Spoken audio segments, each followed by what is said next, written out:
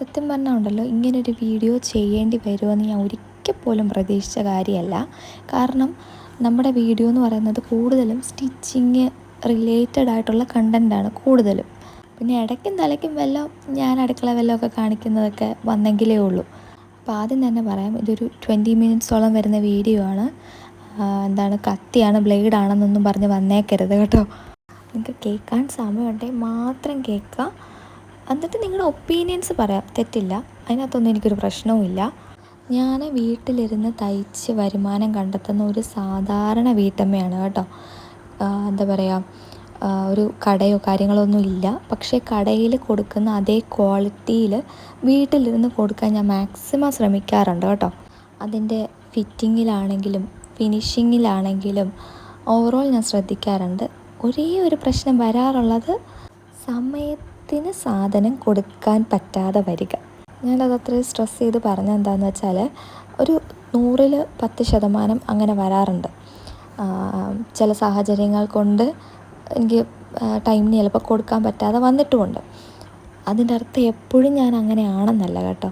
അപ്പം നമ്മൾ വീട്ടിലിരുന്ന് ചെയ്യുന്നതുകൊണ്ട് തന്നെ നമുക്ക് പെട്ടെന്ന് ഡിസ്ട്രാക്ഷൻസ് ഉണ്ടായിക്കൊണ്ടേയിരിക്കും. ഇപ്പം നമ്മൾ നമ്മുടെ ജോലികളെല്ലാം കഴിഞ്ഞിട്ടായിരിക്കും ചിലപ്പോൾ വർക്ക് ചെയ്യാൻ വേണ്ടിയിട്ട് വന്നിരിക്കുന്നുണ്ടാവുക. എങ്കിൽ കൂടെയും കുഞ്ഞുങ്ങളൊക്കെ ഉണ്ടെന്നുണ്ടെങ്കിൽ, ഇപ്പോൾ വലിയവരാണെങ്കിൽ അഡ്ജസ്റ്റ് ചെയ്യാം, അവൾ വർക്ക് ചെയ്യല്ലേ ചെയ്തോട്ടെ എന്ന് ഓർത്തിരിക്കുമായിരിക്കും. പക്ഷേ കുഞ്ഞുങ്ങളാണെങ്കിൽ അമ്മയെന്നും പറഞ്ഞ് അവർക്കതിൻ്റെ ഇതൊന്നും അറിയത്തില്ലല്ലോ. അപ്പോൾ നമ്മൾ എപ്പോഴും ഡിസ്ട്രാക്റ്റഡ് ആയിക്കൊണ്ടിരിക്കും. പിന്നെ പെട്ടെന്നൊരു അസുഖം വരിക, കുഞ്ഞുങ്ങൾക്കൊരു അസുഖം വരിക, അതൊക്കെ കോമൺ ആയിട്ട് ഇതിൻ്റെ കൂടെ അങ്ങ് പോകുന്ന കാര്യങ്ങളാണ്. ഇപ്പം ഞാൻ പറഞ്ഞില്ലേ, എല്ലായ്പ്പോഴും അങ്ങനെ വരുമെന്നല്ല കേട്ടോ. അപ്പോൾ ഇതൊന്നുമല്ല ഞാൻ പറയാൻ വന്ന കാര്യം. വീഡിയോയുടെ സ്റ്റാർട്ടിങ്ങിൽ തന്നെ ഞാൻ കാണിച്ചിട്ടുണ്ടായിരുന്നു, നവംബർ 20 ഞാൻ ഈ വീഡിയോ എടുക്കുന്നത്, കൃത്യം 12 മണി കഴിഞ്ഞിട്ട്. കാരണം എൻ്റെ മക്കളെല്ലാം ഉറങ്ങി. എനിക്കിപ്പോഴാണ് ഒരു ടൈം കിട്ടിയത്. കാരണം എനിക്ക് അടുത്തടുത്ത് കുറച്ച് സാധനങ്ങൾ ചെയ്ത് കൊടുക്കാനുണ്ട്. യൂഷ്വലി എനിക്ക് സമയം കിട്ടുമ്പോൾ ഞാൻ കൂടുതലും കട്ട് ചെയ്ത് വെക്കാറാണ് പതിവ്. പിന്നെ കുഞ്ഞു കുഞ്ഞു സമയം കിട്ടുന്നതിനനുസരിച്ച് സ്റ്റിച്ച് ചെയ്ത് വെക്കാറാണ് പതിവ്. ഇന്നാണെങ്കിൽ ചില പല കാരണങ്ങളാൽ ആകപ്പാടെ മൂഡ് ഔട്ടെന്നല്ല, ഒരുമാതിരി ഒരു നല്ല ഫീലില്ലാത്ത ടൈമില്ലേ, അതാണ് കേട്ടോ. അപ്പോൾ ഞാൻ എൻ്റെ മൂഡിനെ ഓക്കെ ആക്കാൻ വേണ്ടി ചെയ്യുന്നത്, ഒന്നെങ്കിൽ ഈ തയ്യൽ മെഷീൻ അങ്ങോട്ടും ഇങ്ങോട്ടും ഒക്കെ നീക്കിയിടുക, അവിടെയൊക്കെ ഒന്ന് ഓർഗനൈസ് ചെയ്ത് വെക്കുക, തൂത്ത് തുടച്ചിടുക, ഇതൊക്കെയാണ് കേട്ടോ. അപ്പോൾ എനിക്ക് വർക്കും ചെയ്യാനുണ്ട്. അപ്പോൾ ഞാൻ ഓർത്തു ആദ്യം എന്തായാലും ഒന്ന് ക്ലീൻ ചെയ്തിട്ടാട്ടെ ബാക്കി എന്നുള്ളത്. അപ്പോൾ നിങ്ങൾ വീണ്ടും പറയടി അതും ഇതും പറഞ്ഞ് നിൽക്കാതെ കാര്യം പറയാം. അപ്പോൾ ഞാൻ കാര്യത്തിലേക്ക് വരാം. അപ്പം ഞാൻ കഴിഞ്ഞ ദിവസം ഒരു ഷോർട്ട് വീഡിയോ ഇട്ടിട്ടുണ്ടായിരുന്നേ. അതിനകത്ത് ഞാൻ പറഞ്ഞ കാര്യം ഇത്രയേ ഉള്ളൂ. എനിക്കൊരു കസ്റ്റമറുണ്ട്. ആൾ കൂടുതലും റെഡിമെയ്ഡ്സാണ് എടുക്കാറ്. അപ്പോൾ ആളത് റെഡിമെയ്ഡ്സ് നമുക്കറിയാം, മിക്കവാറും ഫിറ്റിങ് കറക്റ്റായി കിട്ടണമെന്നില്ല. ഒരു ചെറിയ ഷേപ്പെങ്കിലും എല്ലാ കേസിലും നമ്മൾ കൊടുക്കാറുണ്ട്. അപ്പോൾ ആൾ ടക്കടിക്കാൻ വേണ്ടിയിട്ടോ അല്ലെങ്കിൽ ചെറുതായിട്ടൊന്ന് ഷേപ്പ് ചെയ്യിക്കാൻ വേണ്ടിയിട്ടോ എന്തെങ്കിലുമൊക്കെ മിനുക്ക് പണികൾ ചെയ്യിക്കാൻ വേണ്ടിയിട്ടോ എൻ്റെ അടുത്ത് വരും. ഞാനത് ചെയ്ത് കൊടുക്കാറുമുണ്ട് കേട്ടോ. പക്ഷേ ഈ നല്ല നല്ല വർക്കെന്ന് ഞാൻ ഉദ്ദേശിക്കുന്നത് കട്ട് ചെയ്ത് സ്റ്റിച്ച് ചെയ്തെടുക്കുന്ന ഒരു പ്രോസസ്സ്. അപ്പോൾ ബേസിക്കലി നമ്മൾ അതിന് വേണ്ടിയിട്ടാണല്ലോ ഈ വർക്ക് സെലക്ട് ചെയ്ത് ഈ ഒരു ഫീൽഡെന്നും പറഞ്ഞ് അവിടെ ഇരിക്കുന്നത്. അപ്പോൾ നമുക്കതറിയാൻ പറ്റും. കാര്യം നമ്മുടെ അടുത്ത് റെഗുലറായിട്ട് വരുന്ന ഒരാൾ പുറത്ത് ഒരെണ്ണം അടിച്ച് അവരിട്ട് നടക്കുമ്പോൾ നമ്മൾ കാണുമ്പോൾ നമുക്കറിയാം നമ്മൾ തയ്ച്ചതല്ല, അത് വേറൊരാൾ ചെയ്തിട്ടുള്ളതാണ്. അതിൻ്റെ നിങ്ങൾക്ക് എത്ര കണ്ടും ഞാൻ പറയുമ്പോൾ മനസ്സിലാവുമെന്ന് അറിയത്തില്ല. ഓരോരുത്തർക്കും ഓരോ സിഗ്നേച്ചറുണ്ട് അവരുടെ ഏതൊരു വർക്കിലും. അതിപ്പം സ്റ്റിച്ചിങ്ങിൽ മാത്രമല്ല, എല്ലാ ഫീൽഡിലും ഒരാൾ അവൻ്റെതായ ഒരു കഴിവ് എവിടെയെങ്കിലും കാണും. ഇപ്പോൾ പടം വരയ്ക്കുന്ന ആൾക്കാണെങ്കിലും കുക്ക് ചെയ്യുന്ന ആൾക്കാണെങ്കിലും അവനവൻ്റെ ഇന്ന ആൾ ചെയ്തെന്ന് പറയുന്ന ഒരു സിഗ്നേച്ചർ എല്ലാവർക്കും ഉണ്ട്. അപ്പോൾ ആളത് ഇട്ട് നടക്കുന്ന കാണുമ്പോൾ എനിക്കറിയാം ഇത് ഇന്ന ആൾ തയ്ച്ചിട്ടുള്ളതാണെന്നുള്ളത്. അപ്പം ഞാൻ തന്നെ ഞങ്ങളുടെ കാഷ്വൽ ടോക്കിൽ ചോദിച്ചിട്ടുണ്ട് ആളിനോട്, ഈ ബ്ലൗസ് എവിടെ അടിച്ചതാ, നമ്മൾ കണ്ടിട്ടില്ല ഇവിടെ എന്നൊക്കെ പറഞ്ഞിട്ടുണ്ട്. അപ്പോൾ ആൾ പറഞ്ഞ് ഇന്നപോലെ കോട്ടയത്തെ ടൗണിലാണ് കൊടുത്ത് ചെയ്തതെന്നുള്ള പറഞ്ഞു. അങ്ങനെ കുറേ നാളുകൾ അങ്ങനെ പോയി. അപ്പം നമ്മൾ സ്പെഷ്യൽ ഡേയ്സ് അല്ലെങ്കിൽ ഓണം, വിഷു, ക്രിസ്മസ് അല്ലെങ്കിൽ എന്തെങ്കിലും ഫങ്ഷൻസ് ഇങ്ങനെയൊക്കെ ഉള്ള എല്ലാ കേസിലും ആൾ പുറത്ത് തന്നെയാണ് കൊടുക്കാറുള്ളത്. ഈ ഓൾട്രേഷൻ വർക്ക് മാത്രമാണ് എൻ്റെ അടുക്കൽ കൊണ്ടുവരാറുള്ളത്. അപ്പോൾ കഴിഞ്ഞ ദിവസം അപ്പോൾ ഞാനിങ്ങനെ ഓർക്കുന്നുണ്ട്, എന്തുകൊണ്ടായിരിക്കാം ആൾ നോർമൽ വർക്കൊന്നും തരാത്തത്, ഓൾട്രേഷൻ മാത്രം എന്നുള്ള പോലെ എന്ന് ഞാൻ ചിന്തിച്ചിട്ടുണ്ട്. ഞാൻ കുറേ നാൾ, ഇപ്പം നമ്മൾ നോർമലി സംസാരിക്കുന്ന ഒരാളാണ്, വർഷങ്ങളായിട്ട് നമുക്ക് അറിയാമെന്നുള്ള ഒരാളാണ്. അപ്പം എനിക്ക് ആളെ ഹേർട്ട് ചെയ്യണമെന്ന് ഒരു ഇൻറ്റൻഷനും ഇല്ല, എനിക്ക് ആളെ വിഷമിപ്പിക്കണമെന്ന് യാതൊരു വിധ ചിന്തയും ഇല്ല. പക്ഷേ എനിക്ക് എൻ്റെ ഉള്ളിൽ ഇതിങ്ങനെ കിടക്കും. ആൾ ഓരോ പ്രാവശ്യം ഓൾട്രേഷന് വേണ്ടി വരുമ്പോൾ എനിക്ക് എപ്പോഴും ഇങ്ങനെ ഒരു തികട്ടലാണ്, പറയണം എന്നുള്ള പോലെ. അങ്ങനെ ഏറ്റവും അവസാനം ഞാനിങ്ങനെ പറഞ്ഞു, ചേച്ചി ഓൾട്രേഷൻ വർക്ക് മാത്രം എന്താ തരുന്നത്, ചേച്ചി നല്ല വർക്കെല്ലാം ടൗണിലല്ലേ കൊടുക്കുന്നത്, അങ്ങനെയാണെന്നുണ്ടെങ്കിൽ ഓൾട്രേഷൻ വർക്കും കൂടെ അവർക്ക് തന്നെ അങ്ങ് കൊടുത്താൽ പോരെ എന്നുള്ള പോലെ. ഇടയ്ക്കെങ്കിലും നമുക്കും ഒരു നല്ല വർക്ക് തരണം, അങ്ങനെയാണെങ്കിൽ മാത്രമേ ഇനിയൊരു ഓൾട്രേഷൻ വർക്ക് ഞാൻ ചെയ്യുന്നുള്ളൂ എന്ന് ഞാൻ പറഞ്ഞു.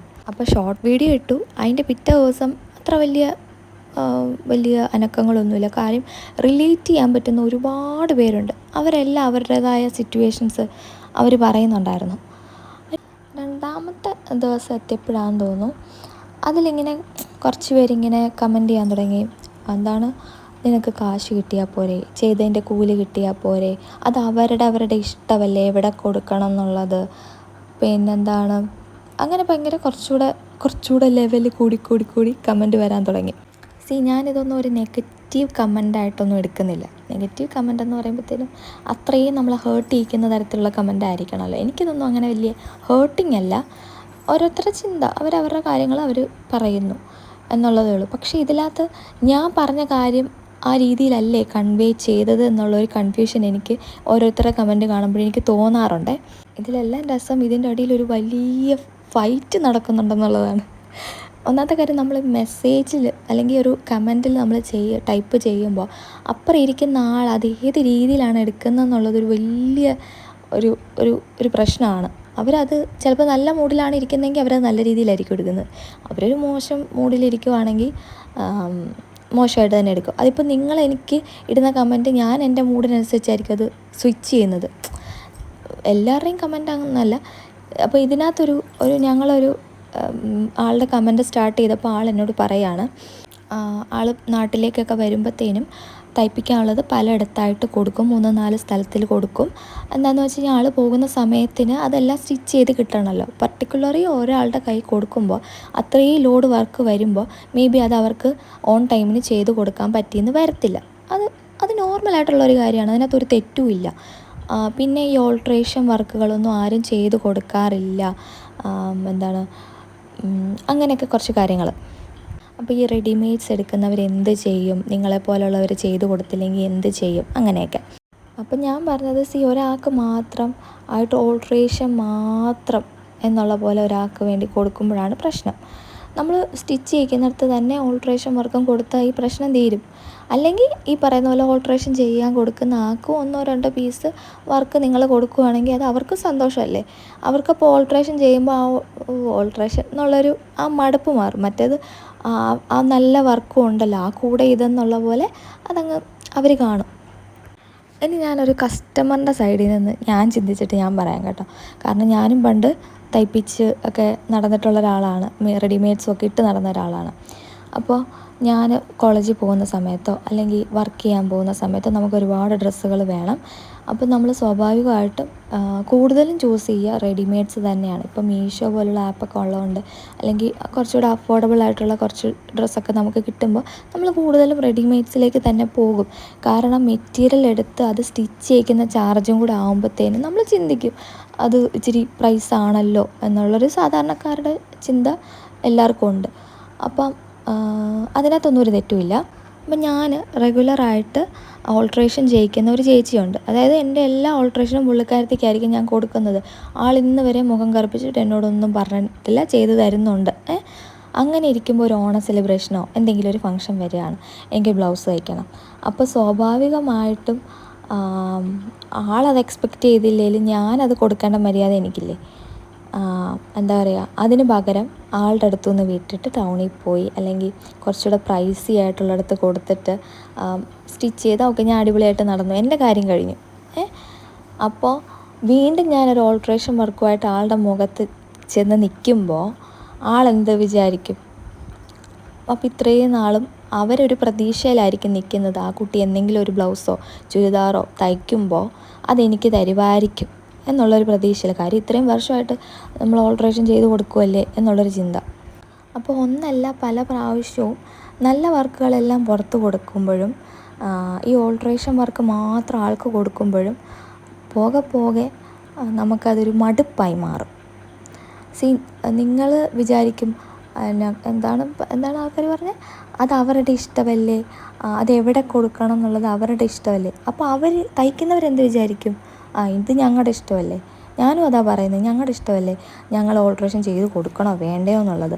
അതേസമയത്ത് ഈ പറയുന്ന പോലെ 1 or 2 നല്ല വർക്കും ഇടയ്ക്ക് തരുവാണെങ്കിൽ അത്രയും പ്രശ്നമില്ല. പിന്നെ വന്നൊരു കമൻറ്റാണ്, എന്താണെന്ന് വെച്ചാൽ നിങ്ങൾ തയ്ക്കുന്ന എങ്ങനെയാണ് ഞങ്ങൾക്ക് മനസ്സിലാവുക നല്ലതാണോ അല്ലയോ എന്നുള്ളത്. അപ്പോൾ നിങ്ങളൊരു സാമ്പിൾ എന്നുള്ള പോലെ ഫ്രീ ആയിട്ട് ഒരെണ്ണം ചെയ്ത് കൊടുക്കൂ. അത് അവർ ഇഷ്ടപ്പെട്ട് കഴിഞ്ഞ് കഴിയുമ്പോഴത്തേന് അവർ തന്നെ നിങ്ങൾക്ക് ഓർഡേഴ്സ് തരും, വേറെ ഉള്ളവരോട് പറയും. ഇങ്ങനെയൊക്കെ ഭയങ്കര ബിസിനസ് മൈൻഡഡായിട്ട് കുറച്ച് ഐഡിയാസ് തന്നു. അപ്പം ഞാൻ പറയട്ടെ, പൊതുവേ സ്റ്റിച്ചിങ്ങിൻ്റെ കാര്യത്തിൽ നമ്മൾ എത്ര കണ്ടും പുറത്ത് പോയി പഠിച്ചാലും ഇല്ലെങ്കിലും ഏറ്റവും സ്റ്റാർട്ടിങ് എന്ന് പറയുന്നത് ഈ ഓൾട്രേഷൻ പരിപാടി തന്നെയാണ്. എത്ര ഇല്ലെന്ന് പറഞ്ഞാൽ അതാണ് സ്റ്റാർട്ടിങ്. നമുക്ക് വേണ്ടിയിട്ട് നമ്മൾ ആദ്യം തയ്ച്ച് പഠിക്കുമല്ലോ, അത് കഴിഞ്ഞ് പുറത്തുനിന്ന് ആദ്യം നമുക്ക് വരുന്നത് ഓൾട്രേഷൻ ആയിരിക്കും. ഒരു 90% ഓൾട്രേഷൻ ആയിരിക്കും. പിന്നെയും പോയിട്ട് നമുക്ക് അത്രയും ട്രസ്റ്റ് ഉള്ളവരോ നമ്മുടെ അത്രയും ക്ലോസ് ഫ്രണ്ട്സോ റിലേറ്റീവ്സോ ആയിരിക്കും നമുക്ക് നല്ലൊരു വർക്ക് തരുന്നത്. അവിടുന്നേ ആൾക്കാർ പഠിക്കുവാണ്. ബേസിക്കലി സ്റ്റാർട്ടിങ് എന്ന് പറയുന്നത് പഠിത്തം തന്നെയാണ്. അപ്പം അവത്തിൽ നിന്നെല്ലാം പാളി അല്ലെങ്കിൽ ശരിയാക്കിയാണ് ഓരോ ആൾക്കാരും ഇതിലേക്ക് അതൊരു പെർഫെക്ഷനിലേക്ക് എത്തുന്നത്. അപ്പോൾ ഇനീഷ്യൽ സ്റ്റേജുകളിൽ എല്ലാവരും ഓൾട്രേഷൻ ചെയ്യും. കാരണം എന്താ, അവർക്കത് വർക്ക് കിട്ടണം. പേയ്മെൻ്റ് അല്ല അവർ ഫോക്കസ് ചെയ്യുന്നത്. അവർ നിങ്ങൾ കൊടുക്കുന്ന പൈസ ആയിരിക്കത്തില്ല ഫോക്കസ് ചെയ്യുന്നത്. പൈസയും ഒരു ഭാഗമാണെങ്കിൽ കൂടെയും അവർ ആ പൈസ മാത്രമല്ല ഫോക്കസ് ചെയ്യുന്നത്. പകരം ആ വർക്ക് കിട്ടുമല്ലോ, ഇന്ന ആളിനെ നമുക്ക് പരിചയമാവും, പോകെ മുന്നോട്ട് നമുക്കൊരു നല്ല വർക്ക് കിട്ടും എന്നുള്ള പ്രതീക്ഷ തന്നെയാണ് ഓരോരുത്തർ തയ്ക്കുന്നത്. അങ്ങനെ നമ്മൾ ഒരുവിധമൊക്കെ വർക്ക് ക്ലിയറായി വരുമ്പോഴത്തേനും നമ്മുടെ തന്നെ ഓൾറെഡി ഉള്ള കസ്റ്റമേഴ്സ് അവരാണ് നമ്മൾക്ക് സർക്കിൾ ക്രിയേറ്റ് ചെയ്തെടുക്കുന്നത്. ഈ ടൈലറിങ് ഫീൽഡിലെ മെയിൻ സംഭവം എന്ന് പറഞ്ഞാൽ നമുക്ക് വർക്ക് കൂടുതൽ കിട്ടുന്നതെന്ന് പറഞ്ഞു കഴിഞ്ഞാൽ നമ്മളിൽ ഓൾറെഡി സ്റ്റിച്ച് ചെയ്തിട്ടുള്ള ആൾക്കാർ, നമ്മളിൽ സാറ്റിസ്ഫൈഡ് ആയിട്ടുള്ള ആൾക്കാർ, അവർ പുറത്ത് പോയിട്ട് ആരെങ്കിലുമൊക്കെ ചോദിക്കും അവരിട്ടിരിക്കുന്നതൊക്കെ കാണുമ്പോഴത്തേനും. അപ്പോൾ അവർ ആരെവിടെ തയ്ച്ചു എന്നൊക്കെ ചോദിക്കുമ്പോൾ ഇന്ന ആൾ തയ്ച്ചു എന്നും പറഞ്ഞാണ്. എനിക്കങ്ങനെയാണ് കൂടുതലും വർക്ക് വരാറ്. ഓൺലൈൻ ത്രൂ വരുന്നതിനേക്കാളും എനിക്ക് ലൊക്കേഷൻസിൽ നിന്ന് കൂടുതൽ വരുന്നതാണ് കൂടുതലും. ഓക്കെ, അപ്പം ആൾക്കാർ പറഞ്ഞ് അതിനിപ്പം നമ്മൾ ഫ്രീ ആയിട്ട് ചെയ്ത് കൊടുത്താലേ ആൾക്കാർ വരൂ, അങ്ങനെയൊന്നുമില്ല. അപ്പം നിങ്ങളൊന്ന് ആലോചിച്ച്, നമ്മൾ മെറ്റീരിയൽ എടുത്ത് അവർക്ക് വേണ്ടിയിട്ട് സമയം ചിലവഴിച്ച് അവർക്ക് ഫ്രീ ആയിട്ട് കൊടുത്തിട്ട് അഥവാ അവർ വന്നില്ലെങ്കിലോ, ആ മെറ്റീരിയലും പോയി, നമ്മൾ കഷ്ടപ്പെട്ട സമയവും പോയി. സംഭവം അവർക്ക് ചിലപ്പോൾ ഇഷ്ടപ്പെട്ടിട്ടുണ്ടായിരിക്കും. നമ്മൾ നമ്മുടെ സർവീസിന് വാല്യൂ കൊടുക്കാത്തിടത്തോളം കാലം ആരും നമുക്ക് വാല്യൂ തരത്തില്ല. ഇതൊരു കരിയർ ആക്കാം എന്ന് ഞാൻ ചിന്തിച്ചിട്ട് ഇപ്പോൾ ഒരു 4-5 വർഷം ഏതാണ്ട് ആയിട്ടുള്ളൂ. പക്ഷേ ഞാൻ സ്റ്റിച്ച് ചെയ്യുന്നത് ഈ പറഞ്ഞ പോലെ എനിക്ക് 18-19 വയസ്സുള്ളപ്പോൾ തൊട്ട് ഞാൻ സ്റ്റിച്ച് ചെയ്യാൻ തുടങ്ങി. ആ സമയത്ത് ഞാൻ പറഞ്ഞില്ല, റിലേറ്റീവ്സിനും അടുത്തുള്ളവർക്കും ഫ്രണ്ട്സിനും ഒക്കെ ഞാൻ ചെയ്ത് കൊടുക്കുമായിരുന്നു. ആ സമയത്തൊക്കെ ഞാൻ കേട്ടിട്ടുള്ള കമൻറ്റ് എന്തൊക്കെയാണെന്നറിയാമോ? നമ്മൾ തയ്ച്ച് കൊടുത്തിട്ട് പൈസ ചോദിക്കുമ്പോൾ അവർ പറയുന്നതാ, പൈസയോ? പൈസ കൊടുത്ത് തയ്പ്പിക്കാനാണെങ്കിൽ നിൻ്റെ കയ്യിൽ എന്തിനാണ് തരുന്നത്? നല്ല ആൾക്കാരില്ലേ വേറെ? പിന്നെന്താണ്, ഞാനൊരു ഫീഡിങ് ടോപ്പ്, ഒരു 4 ഫീഡിങ് ടോപ്പ് അത്യാവശ്യമാണെന്ന് പറഞ്ഞിട്ട് ഞാൻ ഓർക്കുന്നുണ്ട്, ഉറങ്ങാതിരുന്നിട്ട്. അന്നൊക്കെ നമുക്ക് സ്പീഡില്ല, നമുക്ക് ഉറങ്ങാതിരുന്നെങ്കിലേ ഇതൊക്കെ ചെയ്യാൻ പറ്റത്തുള്ളൂ, അല്ലെങ്കിൽ സമയത്തിന് കൊടുക്കാൻ പറ്റത്തുള്ളൂ എന്നൊക്കെ ഉള്ളൊരു സമയമായിരുന്നു അത്. അങ്ങനെ ഉറങ്ങാതിരുന്നിട്ട് 2 ദിവസം കൊണ്ട് 3ൻ്റെ അന്ന് ഞാൻ 4 ഫീഡിങ് ടോപ്പ് ചെയ്ത് കൊടുത്തപ്പോൾ അവരെന്നോട് എത്ര രൂപയായെന്ന് ചോദിച്ചു. അന്നത്തെ സമയത്ത് ഞാൻ പറഞ്ഞില്ലേ, ഞാൻ തുടങ്ങിയ സമയത്ത് ഞാൻ 150 രൂപയെ പറഞ്ഞിട്ടുള്ളൂ ഈ ഒരെണ്ണത്തിന്. 150 രൂപ ഫീഡിങ് സിബ് വെച്ചിട്ടുള്ള ടോപ്പിന്. അപ്പോൾ അവരെന്നോട് 150ഓ? ഇന്നടുത്ത് 100 രൂപയ്ക്ക് എനിക്ക് ചെയ്ത് തരുമായിരുന്നു. നിനക്ക് എന്നാ മുടക്കിയിരിക്കുന്ന? 5 രൂപയുടെ നൂലല്ലേ മുടക്കുള്ളൂ. സത്യം പറഞ്ഞാൽ ഉണ്ടല്ലോ, അതൊക്കെ കേൾക്കുമ്പോൾ ഉണ്ടല്ലോ, ആ വിഷമം എത്രമാത്രം ഉണ്ടെന്നുള്ളത് നമ്മുടെ മനസ്സിൽ എന്താ വരുന്നതെന്നറിയോ? ഉറങ്ങാതിരുന്ന് തയ്ച്ചതിൻ്റെ ചില സമയത്തൊക്കെ ഉണ്ടല്ലോ, ഇങ്ങനെയുള്ള വർക്കൊക്കെ വരുമ്പോൾ നമ്മൾ ഭയങ്കര ഡെഡിക്കേറ്റഡ് ആയിപ്പോവും. അപ്പോൾ നമ്മൾ കഴിക്കുമോ കുടിക്കുമോ, ഇത് ചിലപ്പോൾ അതൊന്നും നടക്കത്തില്ല. ഭയങ്കര ഇതിൽ മാത്രം അഡിക്ഷനായി പോവും. അത് എല്ലാവർക്കും ഉണ്ടോ എന്ന് എനിക്കറിയത്തില്ല, എനിക്കങ്ങനെയാണ്. അപ്പോൾ എനിക്ക് തോന്നി ആൾ പറഞ്ഞ പോലെ 2 മീറ്റർ തുണിയും വെച്ച് ഒരു സൂചി നൂലും വെച്ചാൽ ഓട്ടോമാറ്റിക്കലി ഈ പറയുന്ന പോലെ ഒരു ടോപ്പോ ഒരു ബ്ലൗസോ ഒന്നും ആവത്തില്ലല്ലോ. ഒരു ബ്ലൗസോ ഒരു ചുരിദാറോ തയ്ക്കണമെങ്കിൽ ഈ പറയുന്ന പോലെ അതിനും വേണ്ടേ കുറച്ച് അറിവ് മാത്രം പോരാ, അത് നമ്മൾ കഷ്ടപ്പെട്ട് ചെയ്തെങ്കിലേ അതിനകത്തുനിന്നും റിസൾട്ടുള്ളൂ. ഏതൊരു ജോലിക്കും നമ്മൾ പണിയുന്നതിനേ കാശുള്ളൂ. അപ്പോൾ അത് നമ്മൾ ചോദിക്കുമ്പോൾ ഇങ്ങനെയൊക്കെയുള്ള വർത്തമാനങ്ങളാണ് കേൾക്കുന്നത്. പക്ഷേ ഞാൻ ആ പൈസ മേടിച്ചെടുത്തു കേട്ടോ, അത് വേറെ വിഷയം. കാര്യം ഞാൻ പണിയെടുത്ത കാശാണ് അല്ലേ, നമുക്ക് ജോലിക്ക് കൂലി വേണം. ഒത്തിരി പേര് കമൻ്റ് ഇട്ട് ഞാൻ കണ്ടു കേട്ടോ, പൈസ തരുന്നില്ല ഓൾട്രേഷൻ അല്ലേന്നോർത്ത് എന്നെ ഉണ്ടെന്നും പറഞ്ഞ്. 10 രൂപയാണെങ്കിൽ നമുക്ക് ഒരു മനുഷ്യനും ചുമ്മാ തരത്തില്ല, ഒരു മനുഷ്യനും തരത്തില്ല.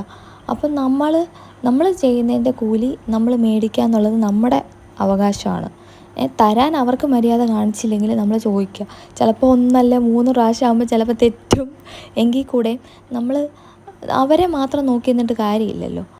എല്ലാ ആൾക്കാരും ഇങ്ങനെയാണെന്നോ എല്ലാ കസ്റ്റമേഴ്സും ഇങ്ങനെയാണെന്നോ ഒന്നും അല്ല കേട്ടോ ഞാൻ പറയുന്നത്. ചിലരെങ്കിലും ഉണ്ട് ഇങ്ങനെ. അപ്പോൾ ഇത്രയും നേരം നമ്മൾ കസ്റ്റമേഴ്സിൻ്റെ സൈഡിൽ നിന്ന് വരാവുന്ന പ്രശ്നങ്ങൾ കണ്ടു. അതേപോലെ തന്നെ എനിക്ക് പറയാനുള്ള കാര്യം, ടൈലേഴ്സിൻ്റെ ഭാഗത്തും പലപ്പോഴും പ്രശ്നങ്ങൾ വരാറുണ്ട്. അങ്ങനെയുള്ള കാരണം കൊണ്ട് അവർക്ക് അവരുടെ തുണി നഷ്ടം, അവരുടെ പൈസ നഷ്ടം, അങ്ങനെ പലതും നടക്കാറുമുണ്ട്. ഇപ്പോൾ ഒരു ഉദാഹരണം പറയുകയാണെങ്കിൽ, ഒരു കല്യാണത്തിന് വേണ്ടിയിട്ട് ഒരാൾ അത്യാവശ്യം നല്ലൊരു എമൗണ്ട് കൊടുത്തിട്ട് ഒരു ബ്ലൗസ് തയ്പ്പിക്കുകയാണെന്ന് വിചാരിക്കുക. അപ്പോൾ അത് ഇട്ട് നോക്കുമ്പോഴത്തേനും അത് കറക്റ്റല്ല. ഇട്ട് നോക്കുന്നത് ചിലപ്പോൾ അതിൻ്റെ തലേന്നൊക്കെ ആയിരിക്കും. ഒരു തരത്തിൽ ശരിയാക്കാൻ പറ്റാവുന്ന പ്രശ്നമല്ല എന്ന് കാണുമ്പോഴത്തേനും സ്വാഭാവികമായിട്ടും അവരെ തെറ്റ് പറയാൻ പറ്റത്തില്ല, കസ്റ്റമറിനെ തെറ്റ് പറയാൻ പറ്റില്ല. കാര്യം അവർക്ക് പൈസ പോയി, തുണി പോയി, സമയവും പോയി. ഇനിയിപ്പോൾ അതൊരെണ്ണം തയ്പ്പിച്ചെടുക്കുക എന്ന് പറയുന്നത് പോസിബിൾ ആയിരിക്കണമെന്നില്ല. നമ്മൾ മാക്സിമം അതിൽ നിന്ന് ഓരോന്നും പഠിച്ച് വരിക എന്നുള്ളതേ ഉള്ളൂ. അപ്പം നമ്മളോടുള്ള വിശ്വാസം അതിൻ്റെ പേര് നഷ്ടപ്പെടുന്നത് കൊണ്ട് നമുക്ക് അവരെ ചീത്ത പറയാനും പറ്റത്തില്ല. കാര്യം നമ്മുടെ ഭാഗത്താണല്ലോ മിസ്റ്റേക്ക്. കറക്റ്റ് ചെയ്തുമൊക്കെ വേണം മുന്നോട്ട് വരാൻ വേണ്ടിയിട്ട്. അപ്പോൾ പ്രശ്നങ്ങൾ വരുന്നതിനകത്ത് സൊല്യൂഷനും കൂടെ നമ്മൾ മനസ്സിലാക്കിയിരിക്കുക എന്നുള്ളതാണ്. അപ്പോൾ കഴിഞ്ഞ ദിവസം ഞാനൊരു ഷോർട്ട് വീഡിയോ ഇട്ടിട്ടുണ്ടായിരുന്നല്ലോ, വെറുതെ ലൈൻ ടോപ്പിൽ ഇങ്ങനെ ചെറിയ എംബ്രോയ്ഡറി പോലെ ഫ്ലവർ ഒട്ടിച്ച് വെച്ചിട്ട് കാണിച്ചൊരു വീഡിയോ. അപ്പോൾ അതിൽ കുറച്ച് പേര് കമൻ്റ് ഇട്ടതാണ്. എന്താണെന്ന് വെച്ചാൽ, ബാക്കി തുണി കസ്റ്റമറിന് കൊടുത്തൂടെ, എന്തിനാണ് നിങ്ങളത് വെച്ചിരിക്കുന്നത്, നിങ്ങൾ തയ്യക്കൂലി മേടിക്കുന്നുണ്ടല്ലോ, പിന്നെ എന്തിനാണ് അവരുടെ ക്ലോത്ത് നിങ്ങൾ വെച്ചിരിക്കുന്നത്, അങ്ങനെയൊക്കെ ചോദിച്ചിട്ട്. എല്ലാ കേസിലും ഒരുപാട് ബാക്കി തുണി അല്ലെങ്കിൽ കട്ട് പീസുകൾ വരണമെന്നില്ല. മിക്കതും ബാക്കി തുണി എന്ന് പറയുമ്പോഴത്തേനും നിങ്ങൾ വിചാരിക്കരുത് 1 മീറ്റർ 1.5 മീറ്റർ ഇങ്ങനെയൊക്കെ ഉണ്ടാവുമെന്ന്. അത് കൂടുതലും അവർക്ക് മേ ബി ഷോപ്പിൽ നിന്ന് അവർ ഗൈഡ് ചെയ്യുന്നതിൻ്റെ മിസ്റ്റേക്ക് കൊണ്ടോ, അല്ലെങ്കിൽ നേരത്തെ കൂട്ടി നമ്മളോട് ചോദിക്കുകയാണെങ്കിൽ നമ്മൾ കൃത്യം പറഞ്ഞു കൊടുക്കും എത്ര മീറ്ററാണ് വേണ്ടതെന്നുള്ളത്. ഭൂരിഭാഗം പേരും കടയിൽ പോയിട്ട് അവരോടായിരിക്കും, ഷോപ്പിൽ നിൽക്കുന്നവരോടായിരിക്കും ചോദിക്കുക. അവരൊരു 1 മീറ്ററോ 1.5 മീറ്ററൊക്കെ ചിലപ്പോൾ കൂട്ടി പറഞ്ഞെന്നും ഇരിക്കും. ഞാൻ പൊതുവേ കസ്റ്റമർ ക്ലോത്തുമായിട്ട് വരുമ്പോഴത്തേനും ഞങ്ങൾ മിക്കവാറും അത് ചെക്ക് ചെയ്ത് നോക്കും, അത് എത്ര മീറ്റർ ഉണ്ടെന്നുള്ള കാര്യം. ഇവർ പറയുന്ന ഡിസൈനകത്ത് ഈ ക്ലോത്ത് എന്തുമാത്രം ഉണ്ടെന്ന് അറിഞ്ഞെങ്കിൽ നമുക്കത് പറ്റുമോ ഇല്ല എന്നുള്ളത് അറിയാൻ പറ്റുള്ളൂ. അപ്പോൾ അത് ചെക്ക് ചെയ്ത് നോക്കും. ചെക്ക് ചെയ്തിട്ട് അത് ഓക്കെ ആണെങ്കിൽ അത് പറയും, അതല്ല കൂടുതലാണെങ്കിൽ അതും അവരോട് പറയും. അപ്പോൾ വർക്ക് കഴിയുമ്പോഴത്തേനും ആ ക്ലോത്ത് വേണമെന്നുള്ളവർ ഞാൻ പറയും ഇത്ര മീറ്റർ ബാക്കി അല്ലെങ്കിൽ ഇത്ര തുണി ബാക്കിയുണ്ടെന്ന് പറഞ്ഞ് കാണിക്കുക. അപ്പോൾ അത് വേണമെന്നുള്ളവർ അത് കൊണ്ടുപോകും. ചില പീസുകളെന്ന് പറഞ്ഞാൽ ഈ ബ്ലൗസിൻ്റെ ബെൽറ്റിലൊക്കെ കട്ടി കൂട്ടി കൊടുക്കാൻ വേണ്ടിയിട്ടൊക്കെ നമുക്ക് യൂസ് ചെയ്യാൻ പറ്റുന്ന ടൈപ്പുണ്ട്. ഇങ്ങനെയുള്ളതൊക്കെ നമ്മൾ മാറ്റും. പിന്നെ ചെറിയ ഇതുപോലെ എന്തെങ്കിലും പാച്ച് വർക്കൊക്കെ ചെയ്യാൻ പറ്റുന്ന പോലത്തെ അത് മാറ്റും. ഞാൻ അമ്മയോട് ഇതിനെക്കുറിച്ച് സംസാരിച്ചപ്പോഴത്തേനും അമ്മ പറയുമായിരുന്നു, ഞങ്ങളുടെ വീടിൻ്റെ കയറിത്താമസത്തിൻ്റെ സമയത്ത് വീട്ടിൽ ജനൽ കർട്ടനെല്ലാം ഇതുപോലെ തയ്പ്പിക്കുമായിരുന്നു. അപ്പോൾ ബാക്കി തുണി ഉണ്ടോ എന്ന് ചോദിച്ചപ്പോൾ അവർ ഇല്ല, ഇനി തുണിയൊന്നും ഇല്ല എന്ന് പറഞ്ഞു. പക്ഷെ അമ്മ ഒരു പ്രാവശ്യം അവരുടെ വീട്ടിൽ പോയപ്പോഴത്തേനും നമ്മുടെ ക്ലോത്ത് കൊണ്ട് അവർ കർട്ടൻ അടിച്ചിട്ടിരിക്കുന്നത് ഞങ്ങൾ കണ്ട. അപ്പോൾ അത് എൻ്റെ അമ്മയ്ക്ക് ഭയങ്കര വിഷമം. അമ്മ അത് ഇപ്പോഴും പറയും, അവരങ്ങനെ ചെയ്തല്ലോ എന്നൊക്കെ പറഞ്ഞിട്ട്. അതുകൊണ്ട് ഞാൻ ആ കാര്യത്തിൽ കുറച്ച് ശ്രദ്ധിക്കാറുണ്ട്. എന്താണെന്ന് പറഞ്ഞാൽ അവർക്കത് വേണമെന്ന് പറയുന്ന കേസിൽ ഞാൻ അവർക്ക് കൊടുക്കും. ചിലർ ചോദിക്കും ബാക്കിയുണ്ടോ, അപ്പോൾ അങ്ങനെയുള്ളവർക്ക് കൊടുക്കും. ചിലരോട് അങ്ങോട്ട് പറഞ്ഞാൽ പോലും ചിലർ മേടിക്കത്തില്ല, എനിക്കിനി എന്തിനാണെന്ന് പറഞ്ഞാൽ അവർ പോകും. പിന്നെ എന്താണ് ഒരാളല്ല ഒരുപാട് പേര് കമൻ്റ് ഇട്ട് കണ്ടതാണ്, ചെയ്യുന്നതിൻ്റെ പൈസ തരുന്നില്ലേ അത് കിട്ടിയാൽ പോരെ. പണം മാത്രമല്ലല്ലോ എല്ലാം. അങ്ങനെയാണെങ്കിൽ ഈ പറഞ്ഞ പോലെ അത് മാത്രം ചെയ്തെനിക്ക് ഓൾട്രേഷൻ വർക്ക് മാത്രം ചെയ്ത് കൊടുക്കുന്ന ആൾക്കാരുണ്ട്. എത്ര രൂപ അവർ മേടിക്കുമെന്നറിയാവോ? ചുമ്മാതൊന്നുമല്ല. ചിലർക്ക് ഈ ഷോൾഡറൊക്കെ ഇങ്ങനെ താഴെ ആയിരിക്കും കിടക്കുന്നത്. ഫിറ്റിംഗ് ആണെങ്കിൽ എന്താ പറയുക, ഭയങ്കര ലൂസായിട്ട്. ഇതൊക്കെ ചെയ്യുമ്പോഴത്തേന് വെട്ടി മുറിച്ച് അവരുടെ പാകത്തിനാക്കണമെങ്കിൽ ഒരു ചുരിദാർ തയ്ക്കുന്നതിൻ്റെ ഡബിൾ ടൈം എടുക്കും ഇത് ഓൾട്രേഷൻ ചെയ്തെടുക്കുമ്പോൾ. വെറുതെ ടക്ക് പിടിക്കുന്ന പോലെയല്ല ചില ഓൾട്രേഷൻ എന്ന് പറഞ്ഞു കഴിഞ്ഞാൽ. പുതിയൊരു തുണി തയ്ച്ചെടുക്കുന്നതിനേക്കാളും എഫേർട്ട് വരും. അപ്പം നമ്മൾ പൈസ മേടിക്കും. പക്ഷേ അതിൻ്റെ കഷ്ടപ്പാട് അവത്തിലുണ്ട്, പൈസ മേടിക്കും. അപ്പോൾ പൈസയല്ല ഇവിടെ പ്രശ്നം. പൈസയും പ്രശ്നമാണില്ലെന്നല്ല. പക്ഷേ ഇതിനകത്തുനിന്ന് നമ്മൾ എന്താ പറയുക, നമുക്കൊരു എന്താ പറയുക, ഒരു ഡെവലപ്മെൻ്റ് എന്ന് നമ്മൾ ചിന്തിക്കത്തില്ലേ, ഒരു എന്താ പറയുക, ഒരു അച്ചീവ്മെൻറ്റ്. നമ്മൾ അടുത്തൊരു ലെവലെത്തിയെന്ന് ഞങ്ങൾ ചിന്തിക്കുന്ന കുറച്ച് അച്ചീവ്മെൻറ്റ്സ് ഉണ്ട്.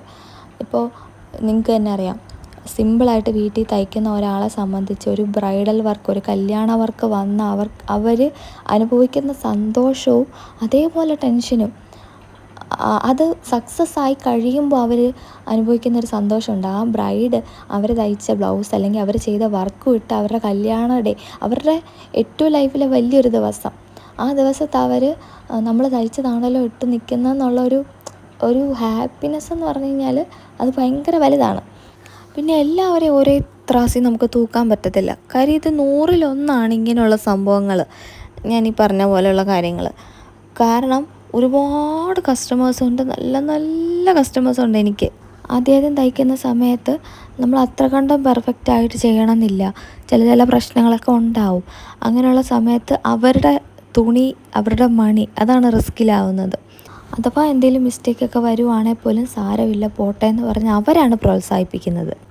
ശരിയാവും, എല്ലാം റെഡിയാകും എന്ന് നമുക്ക് അവർ തരുന്ന മോട്ടിവേഷനിൽ നമ്മൾ സമാധാനപ്പെടും. എന്നിട്ട് നമ്മൾ പിന്നെ ഇരുന്ന് സമാധാനത്തിൽ ചിന്തിച്ച് കഴിയുമ്പോൾ നമുക്കതിനൊരു സൊല്യൂഷൻ കിട്ടുമായിരിക്കും. ഒരു വർക്കാണെങ്കിൽ പോലും ഫ്ലോപ്പായാലും അതെന്നെ ഭയങ്കരമായിട്ട് അഫക്റ്റ് ചെയ്യും.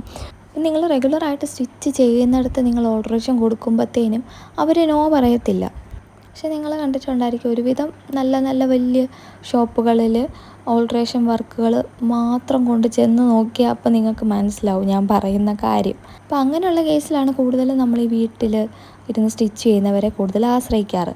അപ്പോൾ അവർക്കൊരു ഏണിങ്സ് വേണമല്ലോ എന്നോർത്തിട്ട് അത് അക്സെപ്റ്റ് ചെയ്യും. പിന്നെ വന്നൊരു കമൻറ്റാണ്, ചിലപ്പം നിങ്ങളുടെ വർക്കിൽ അവർ സാറ്റിസ്ഫൈഡ് അല്ലായിരിക്കുമെന്ന്. അപ്പോൾ സാറ്റിസ്ഫൈഡ് അല്ല എന്നുണ്ടെങ്കിൽ അവർ ഈ പറയുന്ന പോലെ ഓൾട്രേഷൻ വർക്കിൽ പോലും തരത്തില്ല. 1-2 ഓൾട്രേഷൻ കഴിയുമ്പോൾ തന്നെ അവർ നിർത്തിപ്പോവും.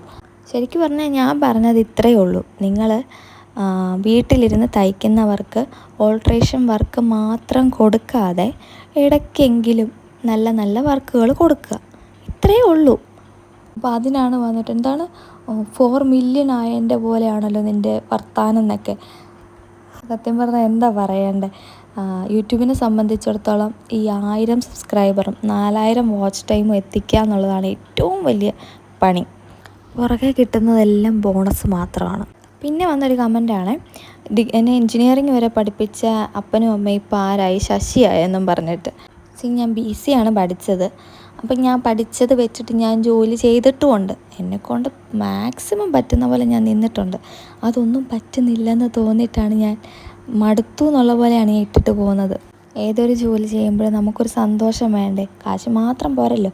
അത് പഠിച്ചു എന്നുള്ളത് കൊണ്ട് തന്നെ അതിൽ സ്റ്റക്കായി നിൽക്കണം എന്നൊന്നുമില്ലല്ലോ. ഒരുപാട് പേരുണ്ട് പഠിച്ച ഫീൽഡിൽ നിന്ന് മാറി അവനവൻ്റെ പാഷൻ ഫോക്കസ് ചെയ്ത് നിൽക്കുന്നവർ. മൂൺ ഗോഡസിനകത്ത് ആ ചേച്ചി നേഴ്സാണ്. ആ ചേച്ചി ഇങ്ങനെ ഒരു ലൈവിൽ പറയുന്നത് ഞാൻ കേട്ടതാണ്. തുണിയെന്ന് പറഞ്ഞ ആൾക്ക് ഭ്രാന്താണ്. അപ്പം ഈ തുണിയെന്ന് മാത്രം ചിന്തിച്ചിരിക്കുന്ന ആൾ നേഴ്സിൻ്റെ ജോലി ചെയ്യുമ്പോഴത്തേന് എത്ര കണ്ട് സക്സസ് ആവും. അതുപോലെ തന്നെയാണ് എൻ്റെ കാര്യം. എന്നുവെച്ചാൽ എൻ്റെ മനസ്സിലെപ്പോഴും ഇങ്ങനെ സ്റ്റിച്ചിങ്ങും ആരി വർക്കും ടൈലറിങ് ഇങ്ങനെ മൈൻഡിൽ ഓടിക്കൊണ്ടേയിരിക്കും. അപ്പം ഞാൻ നിൽക്കുന്ന കമ്പ്യൂട്ടറോ അതിൻ്റെ മുന്നത്തെ സംഭവങ്ങളോ ഒന്നും ചിലപ്പോൾ എൻ്റെ മൈൻഡിൽ നിൽക്കത്തില്ല. അപ്പം ഞാൻ പറയാൻ ഉദ്ദേശിച്ച കാര്യം നിങ്ങൾക്ക് മനസ്സിലായി കാണുമെന്ന് ഞാൻ വിശ്വസിക്കുന്നു. ഈ സ്വഭാവം കൊണ്ട് നടന്നാൽ അവസാനം ഒന്നും ഇല്ലാതാകും എന്ന കമൻറ്റിനോട് എനിക്ക് പ്രത്യേകിച്ച് റിയാക്ഷനൊന്നുമില്ല. നമുക്ക് എല്ലാവരെയും ഒന്നും സന്തോഷിപ്പിക്കാൻ പറ്റത്തില്ലല്ലോ. അപ്പോൾ എന്നെ ഇത്രയും നേരം കേട്ടിരുന്ന എല്ലാവർക്കും ടാറ്റാ.